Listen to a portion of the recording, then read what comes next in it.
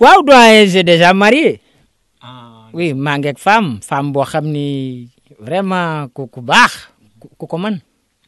ku ko mën a togg macha allah tey làq na sama ngërëm ndax la tax mu làq ko mooy daa ñëw rek yem ca man waaw góorgóorlu waaw li ma gën a neex ci moom day dégg ndigal day bàyyi tere te du ma tooñ laa tax ma sopp ko supporté ko te du ma ko sëb su ne mukk.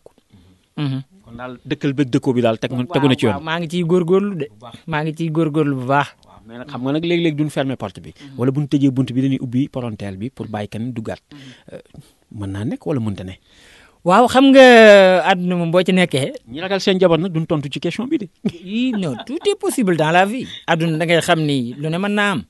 tey jii comme l'islam dañoo sant ba ñeent. waaw bëgg naa daal ci kàttanu yàlla. bu ndee ba ca kanam a kanam. bu ko laajee ma def ko rek yokk beneen waaw. waaye nag dama bëgg nga neexalal ma ko boobaa. incha allah incha allah.